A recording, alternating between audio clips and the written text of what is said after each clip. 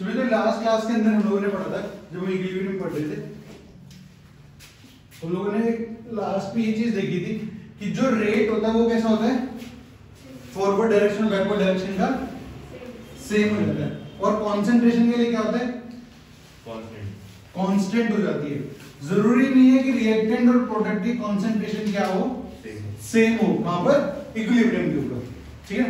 तो इक्विलिब्रियम पे एक चीज क्या कंफर्म है कि भाई रेट ऑफ फॉरवर्ड डायरेक्शन और बैकवर्ड डायरेक्शन तो सेम होगा, बट जो कॉन्सेंट्रेशन है वो डिफरेंट भी हो सकती है। मैं तेरे दरवाजे को देख दूंगा,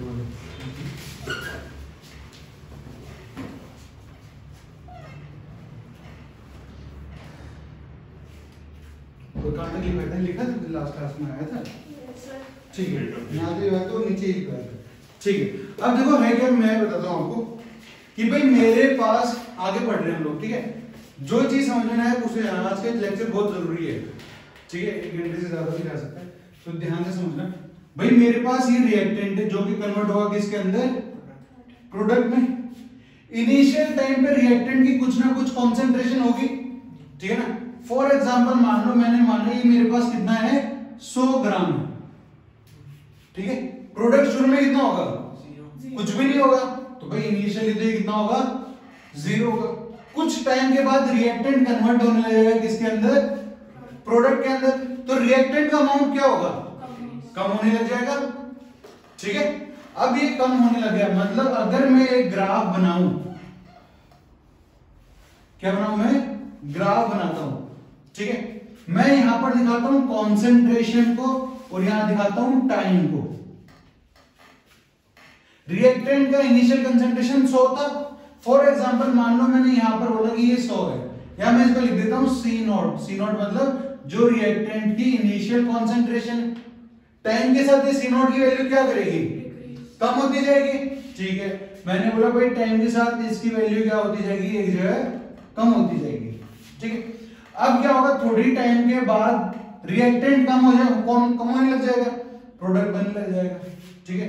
तो ये 100 से मैंने समझो 90 आ गया, 80 आ गया, 70 आ गया, कुछ ऐसे वैल्यू कम होती जा रही है। समझ लो जब इसकी कॉन्सेंट्रेशन 70 थी तब क्या हो गया, इक्विलिब्रियम आ गया। या फिर हम और कह देते हैं कि भाई ये 70 हो गया, 60 हो गया, 50 हो गया, 40 हो गया, 40 पे आने के बाद कौन क्या हो गया, मेरा इक्विलिब्रियम आ गया। इक्विलिब्रियम का मतलब क्या है, जिस रेट से प्रोडक्ट बन रहा होगा उसी रेट से प्रोडक्ट वापस से कन्वर्ट हो रहा होगा किसके अंदर, रिएक्टेंट के अंदर। आप खुद सोचो, जितने चीजें टूट रहे वापस से इसमें जुड़ते जा रहे हैं, तो इसका अमाउंट कैसा हो जाएगा, कांस्टेंट हो जाएगा। ये मैंने बोला इक्विलिब्रियम पर रेट तो क्या हो जाते हैं सेम, बट कॉन्सेंट्रेशन क्या हो जाती है, कांस्टेंट हो जाती है। तो समझ लो एक टाइम जब इक्विलिब्रियम आएगा तो इसकी कॉन्सेंट्रेशन कैसी हो जाएगी, कांस्टेंट, और ये कांस्टेंट हो गया यहां पर। और मैं बोल रहा हूं भाई इस टाइम के बाद मेरे को दिखाई दे रहा है अब ये कैसे हो गई, एक स्ट्रेट लाइन बन गई है, मतलब ये कॉन्सेंट्रेशन कैसी हो गई है, कांस्टेंट हो गई है, ठीक है। तो ये तो किसके लिए होता है, मेरे पास रिएक्टेंट के लिए। अब प्रोडक्ट का इनिशियल अमाउंट कितना था, 0 था, 0 पर होगा, टाइम के साथ इसकी कॉन्सेंट्रेशन क्या करेगी, बढ़ेगी, ठीक है। इसकी कॉन्सेंट्रेशन बढ़ रही है, बढ़ रही है, बढ़ रही है, बढ़ रही है, बढ़ रही है, एक टाइम के बाद क्या हो जाएगा, कांस्टेंट। मतलब ये वो टाइम है जब इक्विलिब्रियम आ गया है। भाई जिस रेट से प्रोडक्ट बनेगा उसी रेट से प्रोडक्ट टूटने में तो लग जाएगा, तो प्रोडक्ट की कॉन्सेंट्रेशन भी क्या हो जाएगी, कांस्टेंट हो जाएगी। तो ये टाइम के बाद प्रोडक्ट की कॉन्सेंट्रेशन भी कैसी हो गई है, कांस्टेंट हो गई। तो ये वो टाइम जब दोनों की कॉन्सेंट्रेशन सेम हो जाए, सेम मतलब कांस्टेंट हो जाए, वो टाइम मेरे पास होता है इक्विलिब्रियम टाइम। क्या होता है वो, इक्विलिब्रियम टाइम होता है, ठीक है। इतनी बात समझ में आ गई, इसके अंदर कोई डाउट है तो इसे बना लो, जो हमने लास्ट पॉइंट लिखा था कांस्टेंट वाला, उसके बाद एक ग्राफ बना लो फटाफट।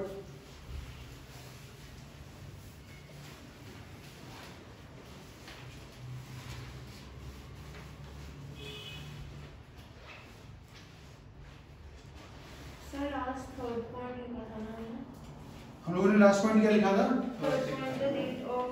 ठीक है। 4th पॉइंट लिखो, 4th पॉइंट लिखो, the concentration of reactant decreases, the concentration of reactant decreases and concentration of product increases, the concentration of reactant decreases and concentration of product increases and both become constant constant को highlight कर लो, वहां पर same को highlight कर लेना third point में, ठीक है, और यहां पर हाईलाइट कर लो कांस्टेंट को, both become constant when equilibrium is attained, when equilibrium is attained.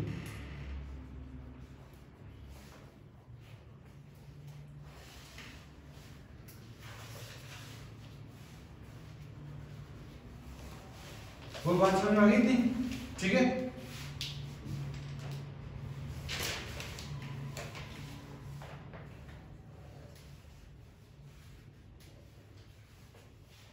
ठीक है, चलो अब आगे बढ़ते हैं, बना लो इस ग्राफ को फटाफट, कॉन्सेंट्रेशन टाइम को बना लो। ये वो टाइम होगा जहां पर इक्विलिब्रियम मेरा अटेन हो गया है।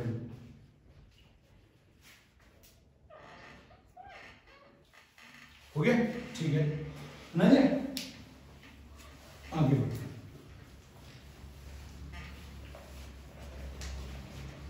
अब ध्यान से सुनो, मैं बोलता हूं कि मेरे पास यहां पर एक रिएक्टेंट है जो कि कन्वर्ट हो रहा है किसके अंदर, प्रोडक्ट में, ठीक है।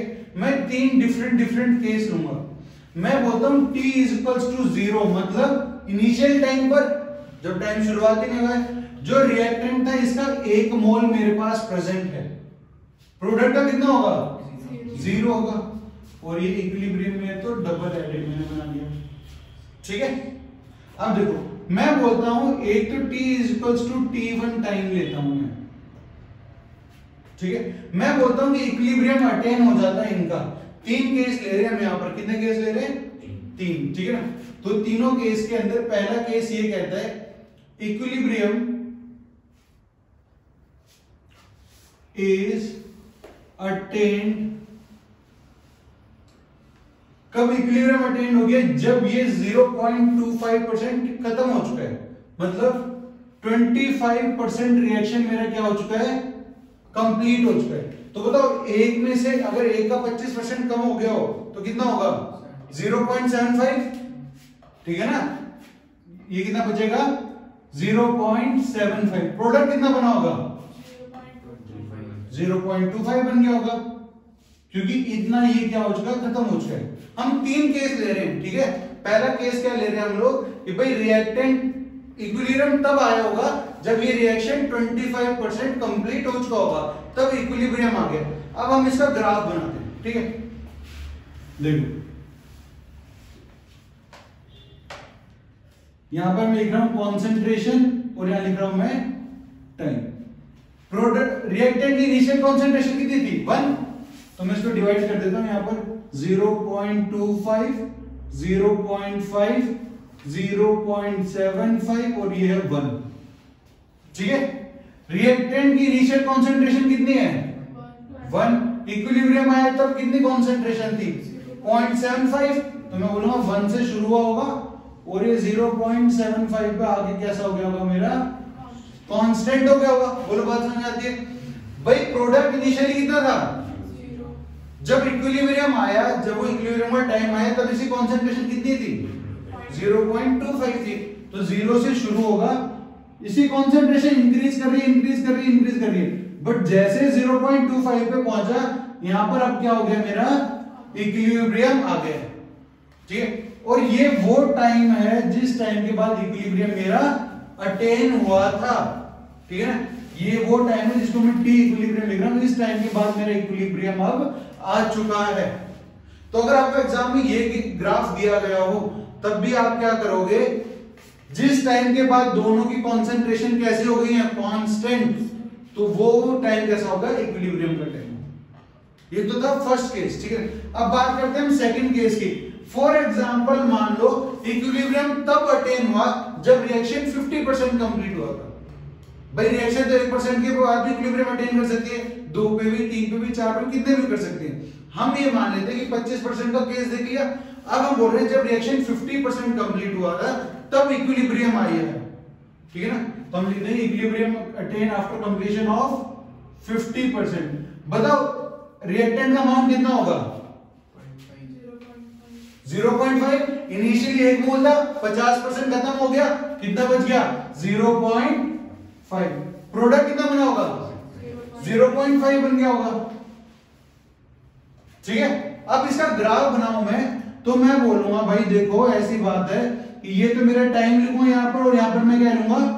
कॉन्सेंट्रेशन। ठीक है। अब मैं इसको डिवाइड कर देता हूं, ये 0.25, ये 0.5, 0.75 और ये 1। रिएक्टेंट का इनिशियल अमाउंट कितना था? इक्विलिब्रियम आया तब कॉन्सेंट्रेशन कितनी थी? 0.5। तो मतलब रिएक्टेंट का तो अमाउंट कम ही होता है, 0 से शुरू, 1 से शुरू होगा और 0.5 आते कैसा हो जाएगा? ये कांस्टेंट हो जाएगा। बोला है ना। प्रोडक्ट इनिशियली कितना था?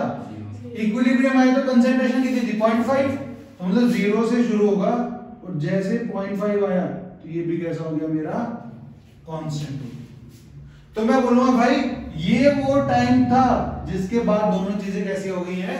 कांस्टेंट हो गई हैं। तो ये टाइम मेरा क्या कहलाएगा? T equilibrium. एग्जाम में ये क्वेश्चन आ जाए और बोले क्या ये इक्विलिब्रियम को दिखा रहा है, तो हम कहेंगे बिल्कुल दिखा रहा है। ठीक है ना। क्या कर रहे हैं? बिल्कुल दिखा रहा है। एक टाइम आ गया जब दोनों की कंसंट्रेशन कैसी हो गई है? कांस्टेंट हो गई है, तो इक्विलिब्रियम को शो करता है। ठीक है। पूछेगा अमाउंट कितना है, तो हम कहेंगे पीछे इसको एक्स्ट्रापोलेट कर लो, तो 0.5 पे कट कर रहा है, मतलब रिएक्टेंट और प्रोडक्ट दोनों की कंसंट्रेशन कितनी है? 0.5 है। इसको पीछे एक्स्ट्रापोलेट करेंगे तो कितना आएगा? 0.75। ये कितना है? 0.25। तो इनकी हम कंसंट्रेशन भी बता सकते हैं ग्राफ के थ्रू भी। तीसरा केस लेते हैं। मैं बोलता हूं इक्विलिब्रियम तब आया होगा जब रिएक्शन कितना कंप्लीट हो गया होगा? 75% कंप्लीट हो गया होगा। बताओ अगर रिएक्शन 75% कंप्लीट होता है तो इसका कितना अमाउंट बचेगा? 0.25। और ये कितना बचेगा? 0.75। बोलो है ना। तो अगर इसका ग्राफ बनाएंगे तो हम बोलेंगे देखो भाई सीधी सी बात ये है, यहां पर हम लोगों ने लिखा टाइम और यहां पर हम लोगों ने लिखा कॉन्सेंट्रेशन। ठीक है। यहां पर अमाउंट कितना बनेगा? 0.25, 0.5, 0.75 और ये 1। बोला है ना। इनिशियली रिएक्टेंट कितना था? 1 मोल था। इक्विलिब्रियम आया तो कितनी कॉन्सेंट्रेशन है? 0.25। इसका मतलब क्या हुआ? इनिशियली ये 1 था और इसकी कॉन्सेंट्रेशन कम होती रही, बट जैसे 0.25 पे पहुंचा अभी कैसा हो गया? मेरा कांस्टेंट हो गया। बात करते हैं किसी प्रोडक्ट की। इनिशियली कितना था? फाइनली कितना है? 0.75। तो ये 0 से शुरू हुआ और जैसे ही 0.75 पे पहुंचा अब ये कैसा हो गया? मेरा कांस्टेंट हो गया। मैं बोलूंगा ये जो टाइम था इसके बाद दोनों कैसे चल रहे हैं? अब पैरेलली चल रहे हैं। ठीक है। ये लाइन थोड़ी टेढ़ी बन गई है बट ये है ऐसे। ठीक है। दोनों कैसे हो गए हैं? अब कांस्टेंट हो गए। तो ये टाइम वो आ गया है जिसके बाद इस रिएक्शन ने इक्विलिब्रियम को क्या कर लिया है? अटेन। तो आप देखो तीनों ग्राफ पॉसिबल हैं। मैंने आपको 4 पॉइंट में जो ग्राफ बनवाया था ऐसा वाला बना था। ठीक है। तो ऐसा नहीं है कि ऐसा ही होता है, ये नहीं हो सकती, ऐसा कुछ भी नहीं है। रिएक्टेंट का अमाउंट ज्यादा भी हो सकता है, बराबर भी हो सकता है और प्रोडक्ट से कम भी हो सकता है। इक्विलिब्रियम कभी भी आ सकता है। इसे लिख लो।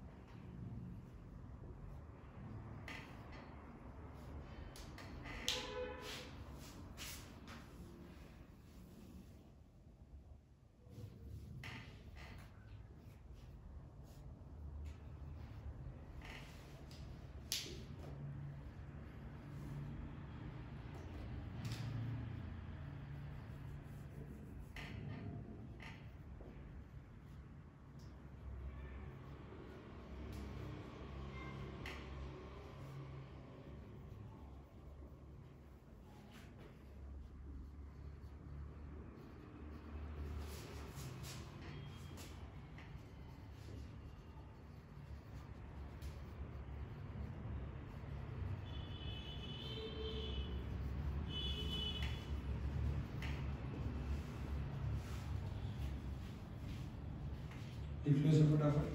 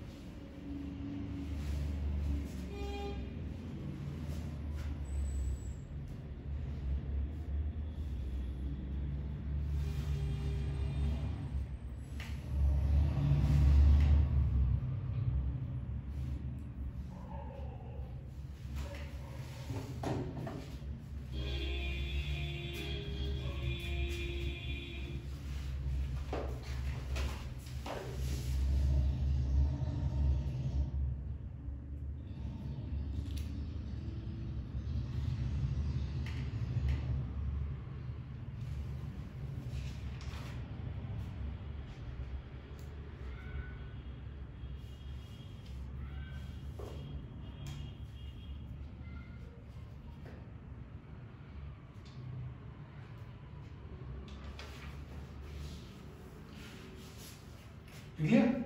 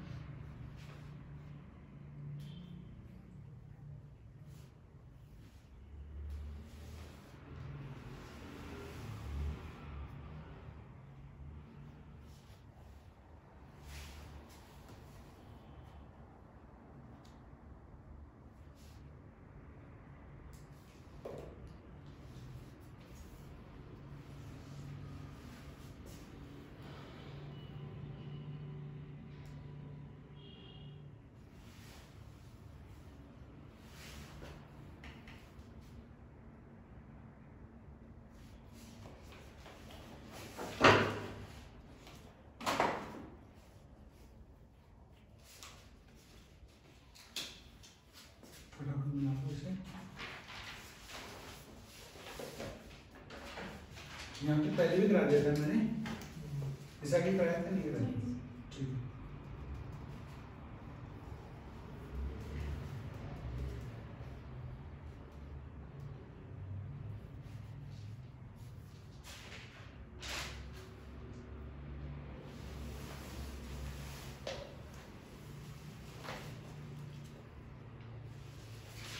सर ये 4 प्रॉपर्टीज है। अभी एक और है,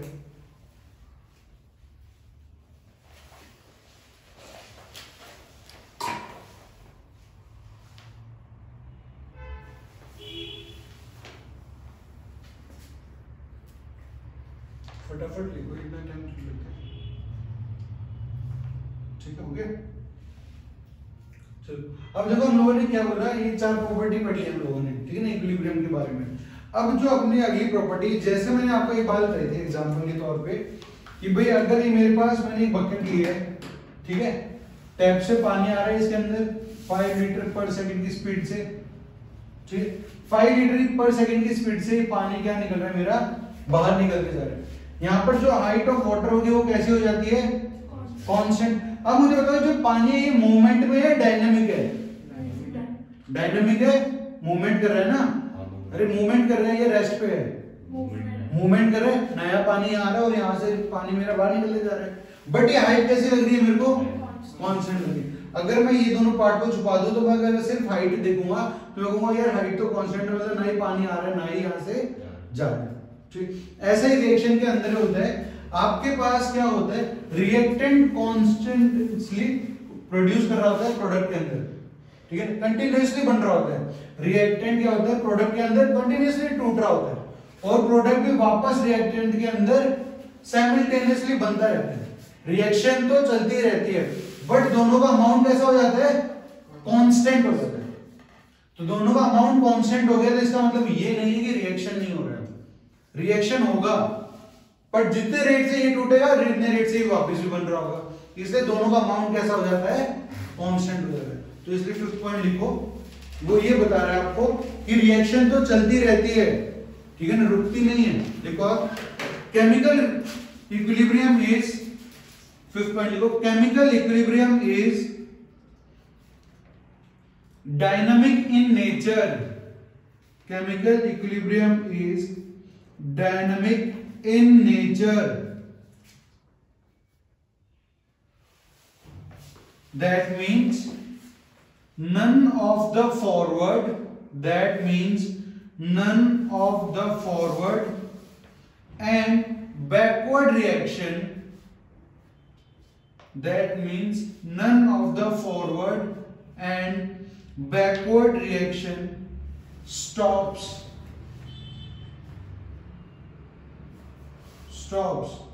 but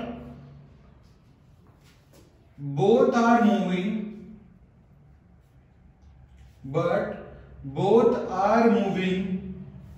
at the same rate,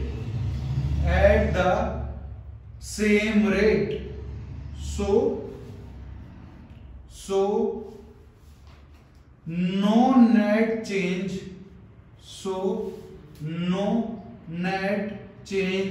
is observed, so no net change is observed, ठीक है, लिख लिया। हेडिंग अब लोग नया टॉपिक शुरू करते हैं। Law of mass action.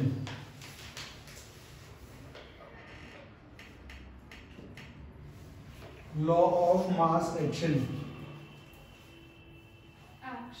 हाँ, law of mass action Guldberg and Waage ने दिया था, ब्रैकेट में लिखना है Guldberg GULBERG and Waage WAAGE,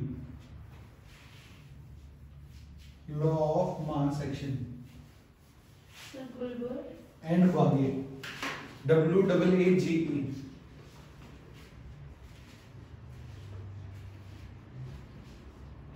ठीक है, अब यहां से अभी तक आपने सिर्फ इंट्रोडक्शन पार्ट पढ़ा है कि इक्विलिब्रियम होता क्या है, क्या क्या चीज होगी।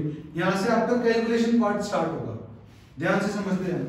देखो क्या कहते हैं, मैं बोलता हूं आपके पास आपने एक रिएक्शन लिखा कि आपका रिएक्टेंट कन्वर्ट हो रहा है किसके अंदर, प्रोडक्ट के अंदर, और प्रोडक्ट वापस भी कन्वर्ट हो रहा है रिएक्टेंट के अंदर। ठीक है, इक्विलिब्रियम स्टेबलाइज्ड है। तो अगर मैं रिएक्शन लिखूं तो मैं लिखता हूं N1A प्लस N2B, ये कन्वर्ट हो रहा होगा with the rate K forward in N3C plus N4D के अंदर। ठीक है, और ये वापस से बैकवर्ड K बैकवर्ड मैंने लिख दिया यहां। ठीक है, ये जिसमें N1 N2 N3 और N4 क्या है मेरे पास, स्टोइकियोमेट्रिक कोएफिशिएंट है। क्या है कि इसका मतलब ये रिएक्शन कैसी है, बैलेंस्ड है। A और B मेरे रिएक्टेंट हैं, C और D मेरे क्या है यहां पर प्रोडक्ट है। ठीक है, गुलबर्ग और वागे ने क्या बोला, अगर आप इस रिएक्शन का रेट निकालना चाहते हो कि ये किस रेट से फॉरवर्ड डायरेक्शन में जा रहे हैं, ठीक है ना, तो जो वो रेट होता है, हम बोलेंगे रेट ऑफ फॉरवर्ड डायरेक्शन अगर आप जानना चाहते हो तो ये बराबर होता है rate constant that is KF।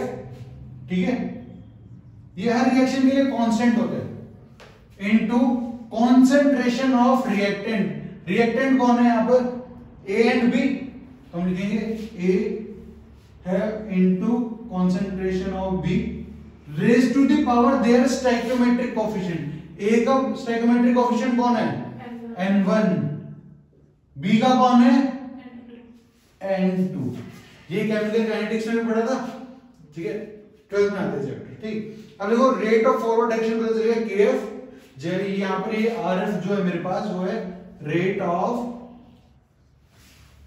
Forward direction.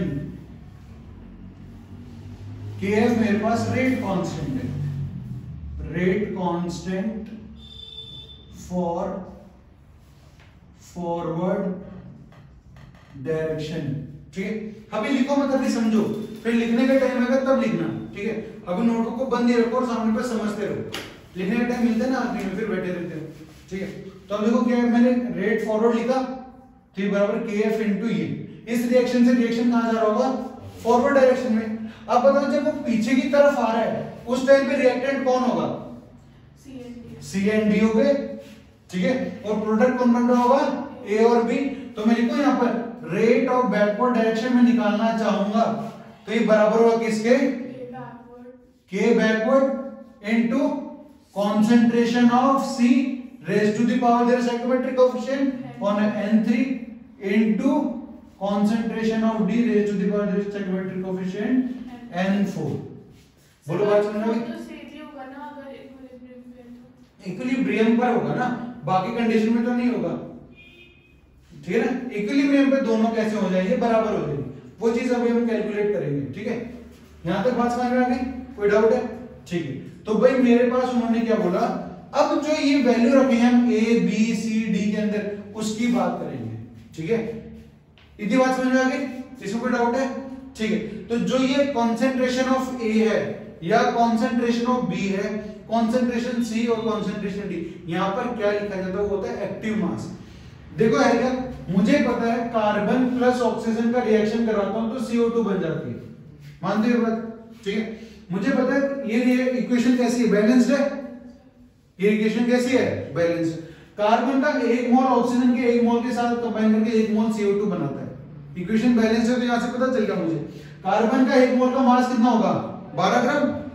O2 कितना होगा, 32, 16 into 2, और ये कितना बन जाएगा मेरे पास 40। यहां पर मुझे एक बात बताओ, अगर मैं कार्बन 12 ग्राम ना लूं और मैं ले लूं 16 ग्राम, बट मैं बोलूं ऑक्सीजन तो मेरे पास अभी भी कितनी है 32 ग्राम ही है, तो क्या होगा? CO2 ज्यादा बनेगी। क्या बनेगी?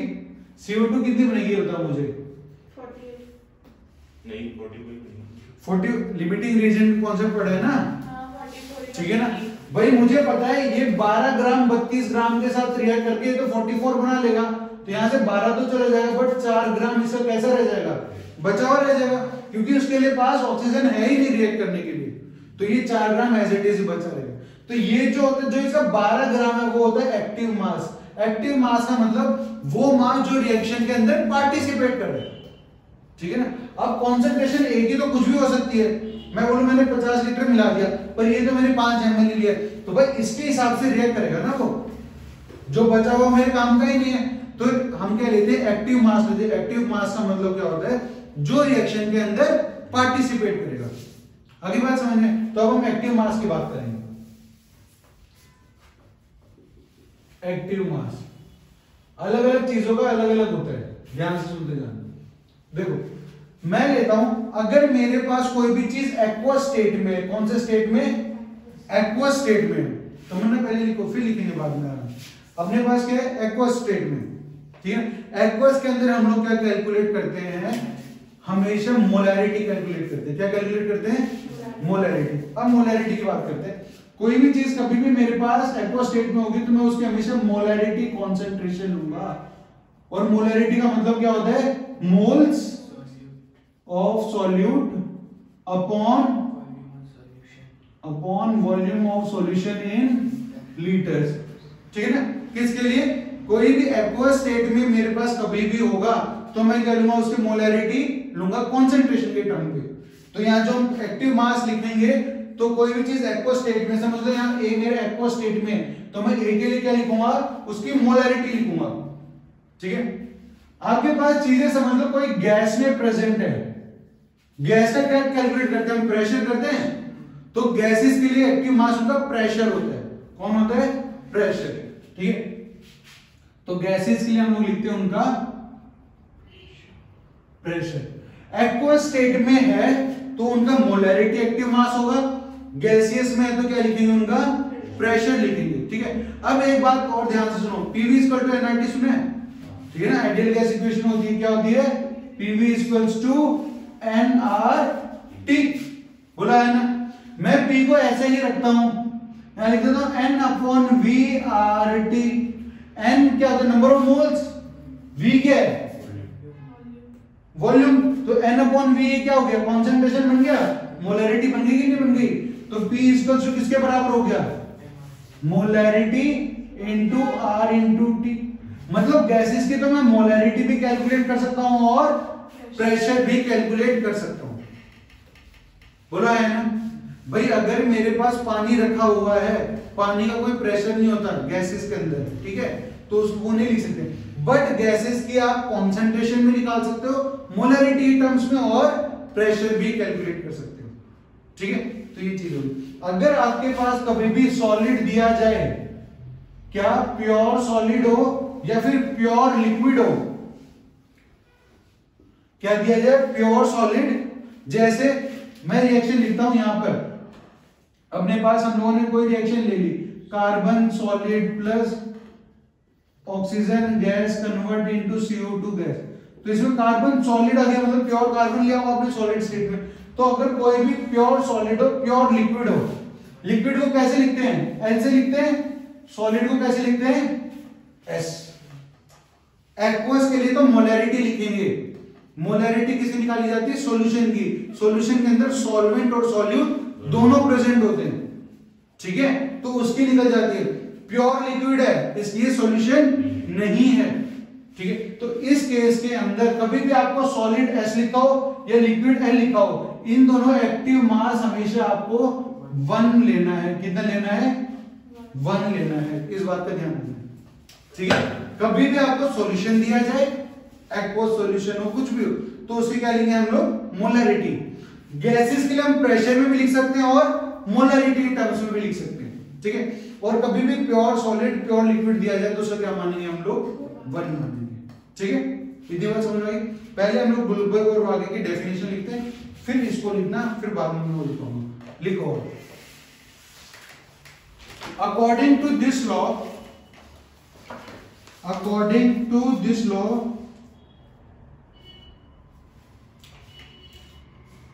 the rate of a chemical reaction, according to this law, the rate of a chemical reaction is directly proportional to the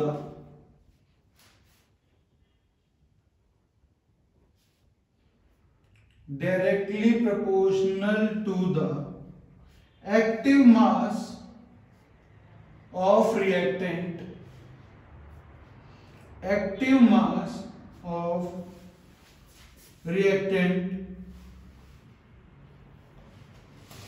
raised to the power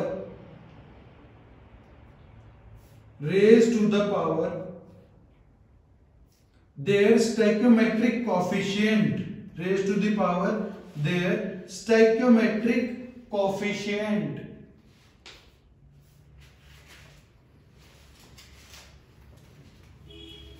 आगे बात समझ में? तो जो रेट होता है आपका वो डायरेक्टली प्रोपोर्शनल होता है रिएक्टेंट की concentration raise to the power their stoichiometric coefficient. Directly proportional constant हटाएंगे तो कांस्टेंट आ जाएगा, तो वो कांस्टेंट कौन सा होता है मेरा? रेट कांस्टेंट होता है। ठीक है, इसको लिख लो, रेट ऑफ फॉरवर्ड डायरेक्शन, ये रेट कांस्टेंट है, ये reactant concentration raise to the power their stoichiometric coefficient. अगर बैकवर्ड डायरेक्शन में आ रहे हैं तो मेरा ये रिएक्टेंट बन जाएगा और ये क्या बनेगा? प्रोडक्ट। ये लिख लो फटाफट, और फिर बगल में लिखना एक्टिव मास, ये होता है, तीनों का लिख लो। जितनी तेज उंगलियां चला सकते हो चला लो, हैंडराइटिंग कंपटीशन थोड़ी है। इतना तो समझ में आ ही जाएगा।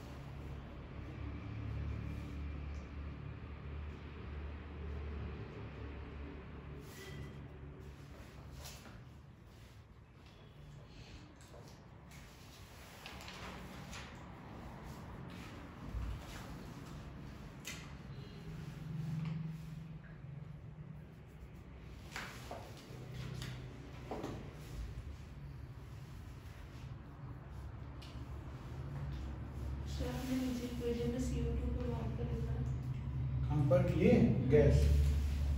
तो एक एग्जांपल दिया था मैंने आपको ना, नाम कोई फिल्म।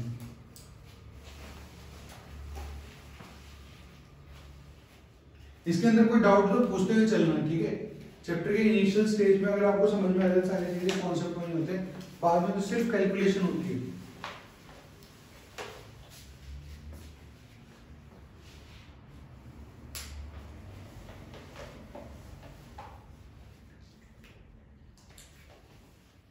एम के साथ लिख लेना, ये क्या है मेरे पास?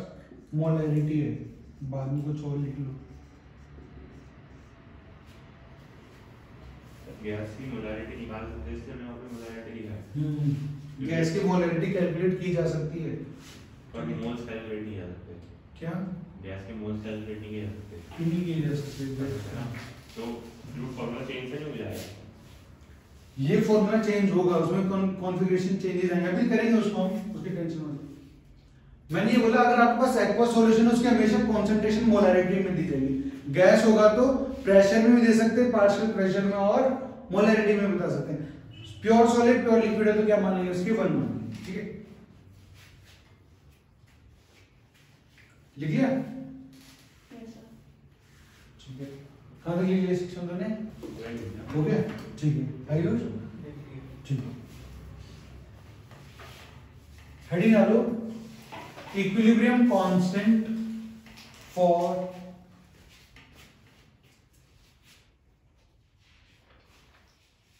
इक्विलिब्रियम कांस्टेंट डाल दो बस, ठीक है। इक्विलिब्रियम कांस्टेंट हेडिंग डालना है इक्विलिब्रियम कांस्टेंट, ठीक है। अब देखो भाई फॉरवर्ड रिएक्शन का रेट पता है, किसका पता है? बैकवर्ड का। इक्विलिब्रियम पर क्या होता है? दोनों बराबर होते हैं, तो मैं लिख सकता हूं at equilibrium rate of forward direction is equals to rate of backward direction, ठीक है। अभी मत लिखो, तो मैंने पहले समझ लो। फॉरवर्ड डायरेक्शन और बैकवर्ड डायरेक्शन दे रखे हैं। फॉरवर्ड की वैल्यू लिखूंगा तो क्या लिखूंगा यहां पर? k forward into concentration of a raise to the power n1 b raise to the power n2। ये किसके बराबर होगा? रेट ऑफ बैकवर्ड के, तो वो क्या होगा? kb into concentration of c raise to the power n3 and concentration of d raise to the power n4। बोला है ना, ठीक है। अगर मैं यहां से लिखूं k forward upon k backward, इसकी वैल्यू किसके बराबर होगी? c raise to the power n3 into d raise to the power n4 upon a raise to the power n1 b raise to the power n2। जो k forward upon k backward होता है, यही मेरे पास क्या होता है? k equilibrium, ठीक है। क्या होता है k इक्विलिब्रियम? मेरे पास k forward upon k backward, ठीक है। अब देखो याद रखने का तरीका से सीधा सा है, concentration of product raise to the power their stoichiometric coefficient upon concentration of reactant raise to the power their stoichiometric coefficient, क्या होगा? मेरे पास k इक्विलिब्रियम होगा, ठीक है। इतनी बात समझ में आ गई हमको, ठीक। अब जब मैं k इक्विलिब्रियम की बात कर रहा हूं, तो ये मेरे पास दो टाइप के होते हैं। कैसे होते हैं? दो टाइप के होते हैं। वो समझने से पहले आप मुझे लिख के दिखाओ k इक्विलिब्रियम के बारे में। अगर मैं आपको रिएक्शन देता हूं, जैसे n2 plus n2 gas plus 3h2 gas convert into 2NH3 gas लिखा हुआ है, ठीक है। बोलेंगे हमको इसे इक्विलिब्रियम कांस्टेंट लिख के दिखाओ, तो हम कैसे लिखेंगे? हम बोलेंगे भाई इसका k इक्विलिब्रियम मेरे पास बराबर होगा concentration of NH3 product, concentration of NH3 raise to the power 2 upon concentration of reactant, कौन कौन है? N2 raise to the power 1 into concentration of H2 raise to the power 3। बोलो समझ में आ गया किस तरह से लिखना है? इसमें कोई डाउट है? ठीक है। इतना ही लिखना होगा, मतलब फिर वो प्रेशर कैलकुलेट नहीं करना मजा आएगा। अभी हम करेंगे, देखेंगे कि यहाँ पर अभी तो हमने एक्टिव मास लिखा है ना, ये जो स्क्वायर ब्रैकेट दिया हुआ है इसका मतलब क्या है? कि हमने इनका एक्टिव मास लिखा है। अब गैसेस के लिए क्या होता है? प्रेशर होता है, और प्रेशर में लिख सकते हैं, मोलैरिटी टर्म्स में लिख सकते हैं। बट बात करेंगे अगर किसकी? एक्वस की, तो क्या लिखेंगे? सिर्फ मोलैरिटी। वो बात अभी हम आगे करेंगे। इतनी बात समझ में आ गई? यहाँ पर कोई डाउट है? ठीक है, ये बात मेरे को यहाँ पर समझ में आ गई। अब मैं आगे बात करता हूं। जो मेरा k इक्विलिब्रियम होता है वो दो टाइप में रिप्रेजेंट किया जाता है। कितने टाइप्स के अंदर? दो टाइप के अंदर। एक को मैं बोलता हूं kc। क्या बोलता हूं? kc। मतलब ये c का मतलब है जो मैं यहां पर क्या रख रहा हूं? कॉन्सेंट्रेशन रख रहा हूं in the place of active mass. मतलब मैं वहां पर मोलैरिटी रख रहा हूं। क्या रख रहा हूं? मोलैरिटी। और एक होता है मेरे पास kp, एक्टिव मास। क्या रख रहा हूं मैं? प्रेशर रख रहा हूं। एक्वस सॉल्यूशन की क्या लिख सकते हैं हम लोग? kc, ठीक है ना, क्योंकि वहां पर कॉन्सेंट्रेशन लिखी जाती है। गैसियस स्टेट के लिए मैं क्या लिख सकता हूं? गैसेस के लिए kp और kc दोनों लिख सकता हूं, क्योंकि गैस के मैं मोलैरिटी भी बता सकता हूं और प्रेशर भी बता सकता हूं। ठीक है, इतनी बात क्लियर है? ठीक है, तो अगर मैं एक रिएक्शन यहां पर लिखूं, जैसे मैं लिख दिया for example N1A plus N2B convert into N3C plus N4D, तो इसका अगर मुझे Kc लिखना होगा तो मैं लिखूंगा concentration of C raise to the power n3 concentration of D raised to the power n4 upon concentration of A raised to the power n1 and concentration of B raised to the power n2। बोलो है ना। अगर मुझे Kp लिखना है, क्या लिखना है? Kp, तो मैं क्या लिखूंगा यहाँ पर? Kp इक्वल्स टू, अब Kp इक्वल तो एक्टिव मास क्या होगा मेरा? प्रेशर। क्या होगा? प्रेशर होगा। ठीक है, तो ये मान लो तुम्हारे पास सारी चीजें क्या होंगी यहाँ पर? गैस गैस गैस दे रखी है। रिएक्शन आपको गिवन है N1A जो कि गैस है प्लस N2B जो कि गैस है कन्वर्ट्स इनटू N3C जो कि गैस है प्लस N4D जो कि मेरे पास गैस। तो Kp कैसे लिखूंगा मैं? Partial pressure of C gas raise to the power N3 into partial pressure of D gas raised to the power N4 upon partial pressure of A gas raised to the power N1 into partial pressure of B gas raised to the power N2। भाई जो मैं active mass लिख रहा था ना तो molarity लिखूंगा, but gases के लिए क्या लिख दूंगा? उनका प्रेशर लिख दूंगा। ठीक है, और मैं अगर मेरे पास गैसेस गिवन है तो उनके लिए मैं Kc भी लिख सकता हूं। इतनी बात क्लियर है यहाँ तक? इसको एक बार लिख लो फटाफट। तो जब हम Kc लिखेंगे तो सेम होगा ना? जब ये दोनों वैल्यू बराबर होंगी ऐसा कोई जरूरी नहीं है। ठीक है ना? क्यों बराबर नहीं? अभी अभी मैंने आपको बताया PV इक्वल्स टू क्या होता है? nRT pressure equals to n upon V RT। P equals to ये क्या होगा? n upon V molarity, concentration हो गया इनटू R इनटू T। अब भाई कंसंट्रेशन और प्रेशर दोनों वैल्यू बराबर थोड़ी है। प्रेशर बराबर concentration into R into T, तो कंसंट्रेशन और P की वैल्यू तो अलग अलग होगी ना, तो इसलिए Kp की वैल्यू अलग आएगी और Kc की वैल्यू क्या आएगी मेरे पास? अलग आएगी। ठीक है, जब हम इसके लिए वो मोलैरिटी लिखेंगे Kc, हाँ तो वो तो सेम ही लिखेंगे ना? C to the power. देखो आपके पास क्या होगा ना, कोई इक्वेशन गिवन होगी जैसे N1A प्लस N2B गिवन है, या तो A B C D का प्रेशर गिवन होगा या क्या गिवन होगा? कॉन्सेंट्रेशन गिवन होगी। तो अगर कॉन्सेंट्रेशन गिवन होगी तो मैं कैसे लिख दूंगा, और सबका प्रेशर गिवन होगा तो मैं Kp लिख दूंगा। ठीक है, तो चीजें में गिवन होंगी ना, इसीलिए। सर Kp में जैसे अगर रिएक्शन कोई है उसमें अगर गैस नहीं देती सॉलिड, अभी पहले लिख लो, एग्जांपल देता हूं मैं, फिर करोगे एग्जांपल, समझ में आ जाएगा। क्या?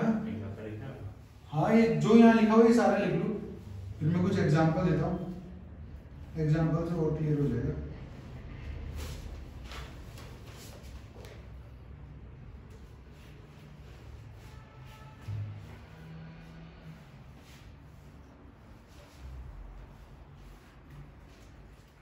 ये इतना लिख लिया, अब शुरू का ये 3 ये वाला।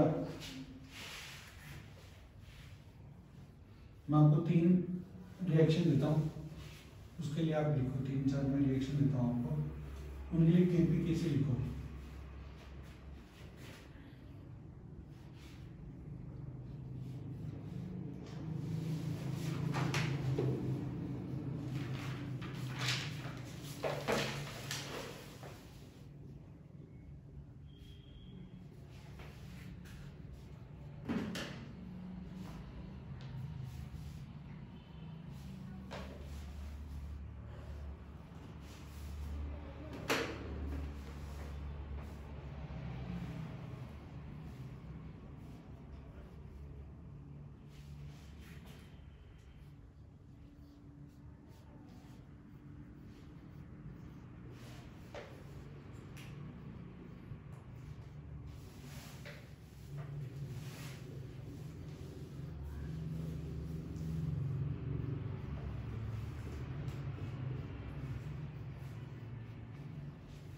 बीच वाला लिख दिया, यहां तक लिख लिया भाई। जो ये 3 इक्वेशन लिखी है, मिले Kp और Kc लिखो फटाफट।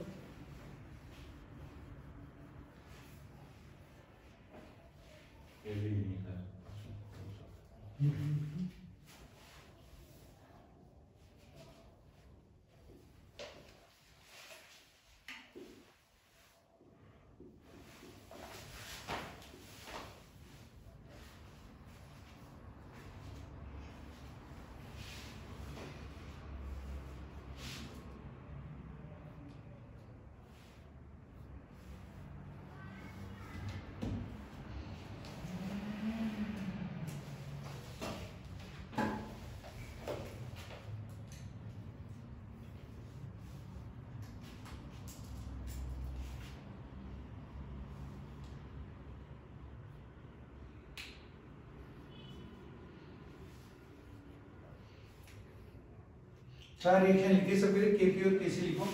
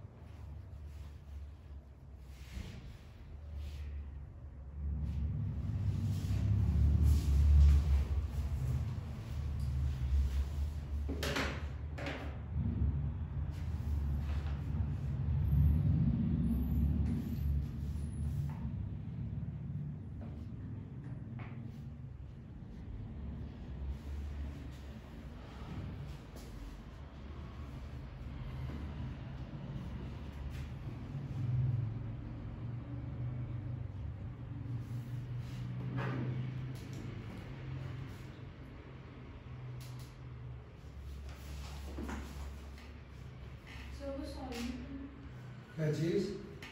Calcium carbonate. हाँ, calcium carbonate solid convert into calcium oxide solid plus CO2 gas.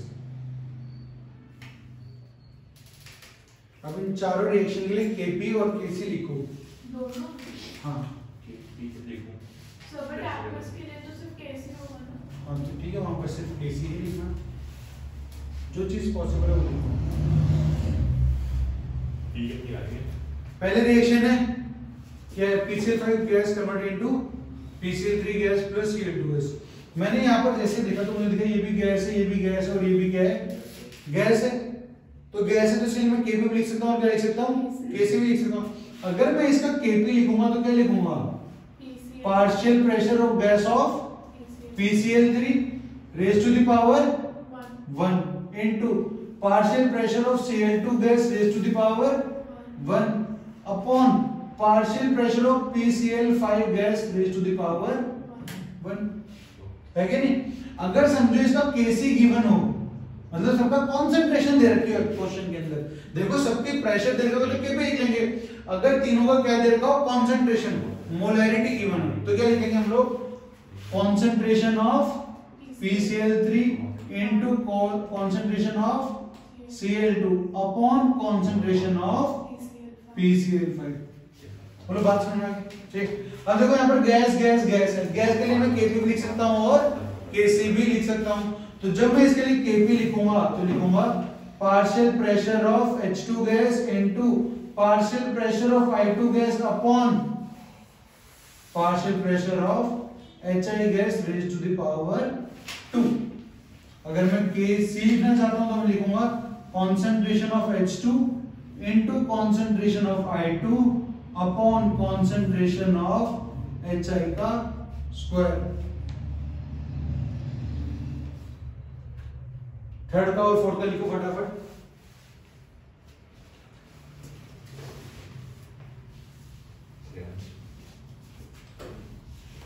Party है बड़े भी पहुंचा है क्या कब आ रहा है कंडीशन में पूछा।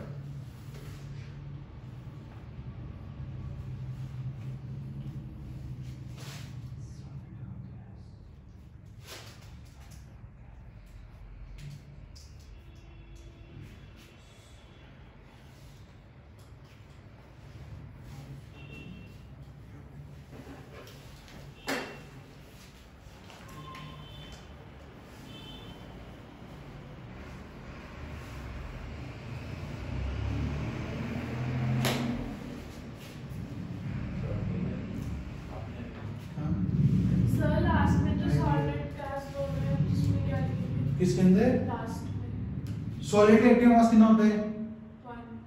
1 रखते हैं। देखो मैं बताता हूं, अब यहाँ पर तीनों चीजें कैसी हैं?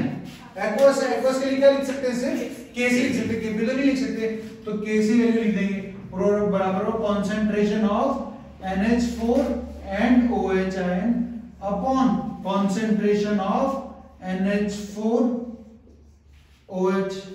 ठीक। अब देखो जो फोर्थ रिएक्शन मुझे यहाँ गिवन है, मुझे सॉलिड भी दिखाई दे रहे हैं और गैस भी दिखाई दे रही है, तो गैस के लिए क्या लिख सकते हैं हम लोग?